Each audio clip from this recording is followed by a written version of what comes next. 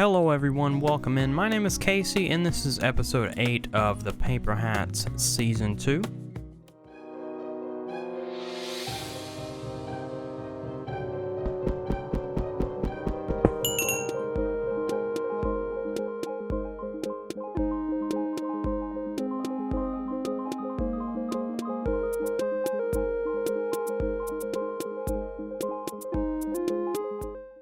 Now we're starting things off today in the shopping district. We're going to actually get into my shop like it was intended to and check if we've gotten any sales. And, you know, since the last video, we have sold quite a few, but I've been checking it pretty regularly. No more sales lately, but we are looking a little bit of thin in other colors. So I think we're due for an end raid pretty soon. So task number 2 to do today is actually buy more rockets. I think we're down to our last stack or so in our shulker box. I can remember when this was completely filled, and now we just have 42 and 32 in our inventory. So we're gonna have to buy some from Siphon here. Let's see. And yeah, this shop's pretty cool. You just dump a bunch of diamonds. It counts them out and gives you what you paid for. There we go. I'm not sure if that's accurate. I know it is. I've bought it from here before, so I know that's pretty accurate, so I'm not going to worry about it too much. What I want to do is focus on this ridge line right here, as promised in the last episode, I believe. Yeah, I want to focus on this. So, this little mound here, right here, this inspires me a little bit. I think I want to take it down just a little bit, or maybe keep the height, but kind of make this a little bit less steep. But what I essentially want to do is create an overhang over that entire path right there. And we're going to have a couple of natural pillars, I guess, coming over. It'll make a nice arch and connect to the ground here in a couple places. And it'd be like a really nice, almost like a cave, overhang, cliff type feature to the base. And that'll be the first major terraforming here over at the base. So, and my plan with that is to have a road that goes up top. Of course, this road that goes through it, and, you know, have buildings and other things up top where maybe we can keep the villagers, sort of the few trades that I actually need. Name tags, just a couple farmers to get emeralds, things like that. But that's coming in a future episode. I want to get this terraformed by the end of the episode and make it look very nice. Maybe minus some of the texturing, but I'm going to try to texture as I go, so I think it'll look pretty nice. But yeah, let me show you what I have to do this with. I've got a shulker of dirt and stone, and I've got double this over in my ender chest. So yeah, about 2 shulkers each of stone and dirt and grass. And I think it's going to turn out pretty great. So let me see how far I can get on that. Okay, so first of all, I've got a really, really rough draft here. It's just an outline of the, you know, cliff cave thing. And I've sort of made little pillars kind of where I want it to open up and whatnot. So this right here is going to be an arch, and you're going to go through. And of course, this is going to be an arch. And so, you know, there's going to be a couple openings through here. So maybe I can put some smaller pads. But that's going to develop as I really get into it and fill in all these empty areas. But yeah, right now it is just an outline, and I've decided I'm going to trim down that mountain there and just make this whole landscape here one. So you know what that means. It's time for a time lapse, right? As soon as I make it daytime. Yeah, and it's going to be a pretty good one. Probably the best one of the season so far, if it all turns out okay. So yeah, let me crack on with that and see where we can get to.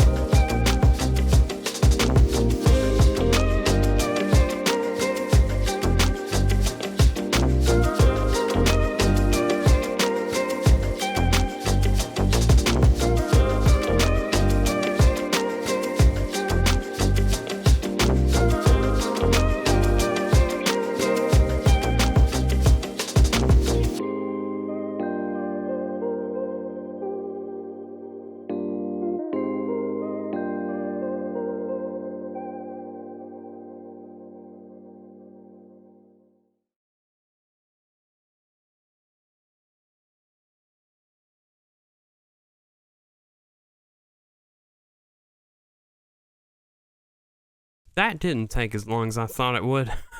And that's actually really surprising because terraforming takes me so long sometimes. This only took me 2 or 3 hours, and I was expecting about 5 or 6. So that's an absolute win in my book. But let me show you around. So first of all, this path here needs a lot of texturing, but you can see where it goes. And the first thing that I want to show you is this pocket here.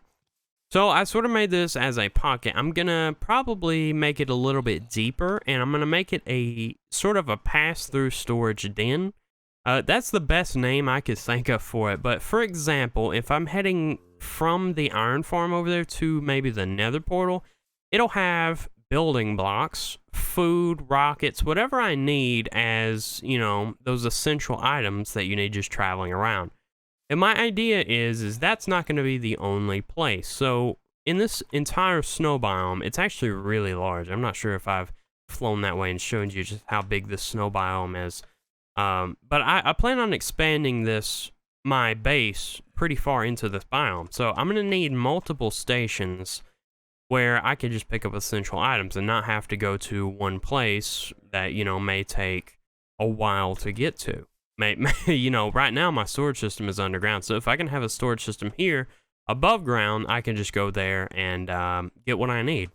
The second thing that I want to show you is this new path here. Obviously, we've had the one from the iron farm. Over here is a brand new one that takes you up to... A lot of the reason why I even built this cave is to have a platform up here. So what I'm going to do here is build sort of a little village, and that's going to double up as a couple things. So, as you know, on my Twitch, I have a channel point redemption to adopt a villager. Now, I don't fancy villagers much, and you probably know this. I don't think they're people, but, you know, people on Twitch, people who watch my streams like to adopt them and give them a nice home. So, what I'm going to do is build a village up here. So number one, that's where those adopted villagers are going to go once people redeem them and name them and give them a job. And this is also going to be my trading village. So I want an income of emeralds. I really don't want to build a raid farm. So I can have emeralds, I can have golden carrots from trades, apples, whatever I need. I can have it up here in a villager trading hall village thing. Lastly, I'm going to add a new path down here. Front way is just an easier way to get up to the village. So that's basically the cave build. Now, it does need a lot of, you know, texturing. It needs to not look so much like a vanilla Minecraft cave. Because it's a little bit plain, but the structure is there. I really like how this turned out. Yeah, it's just an amazing build. I'm so impressed that I was able to pull this off in 2 or 3 hours. Let me know what you think. If you see something that I do need to change pretty direly, leave it down in the comments, because I always enjoy feedback. I'm not an expert terraformer by any means, but I would say I did a pretty good job on that. Now, I'll be honest, it's actually been a couple days, and I've had a really nice stream. That seems to be the norm these days, but we have actually decorated our nether portal quite a bit. So first thing that I did was put the portal on sort of a stone mound, and I still need to terraform this all the way down to the ocean floor, so it's not just a floating, you know, stone island thing right here. I've added a path, give it some light, so it's all spawn proofed, every bit of this. And I used some of the new nether blocks. I mixed some powdered concrete.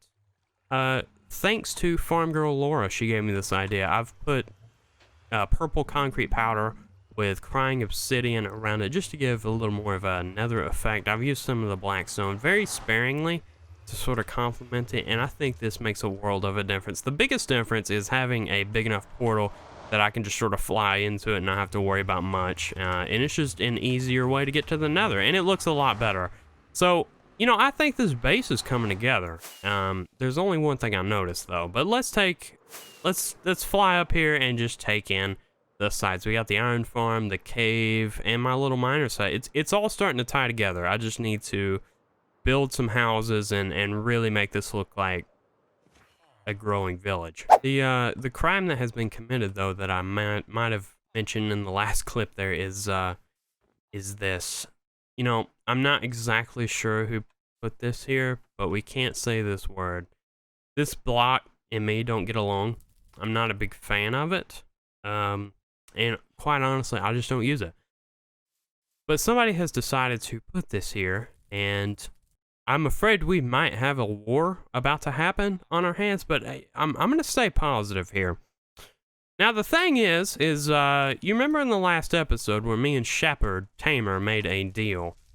16 netherite, or 18 netherite, for him to take down his hot air balloon. Now, I thought he was talking about scraps. He thought I was talking about ingots. And he might have mentioned some payback. So I can only assume that this was him. Now, I don't know this, okay? I'm going to have to find out for sure. But that's the only lead I have. And if that's the case, we might have to get him back. And if it's not him, we're going to have to find out who and then get them back. So it's gonna turn into something. This is inexcusable. I'm going to just, you know what? We have a trash can here. That's the best way to deal with it. Just right into the fire. Well, unfortunately, that's all the time I have for you today. So I'm going to end it here, and I will see you on episode 9 of Paperhats Season 2. Thank you guys so much for watching. Hit that like button if you like what you see, and if you want to see more, hit that subscribe button. I think we accomplished a lot today, so yeah. Thank you guys so much, and I'll see you next time.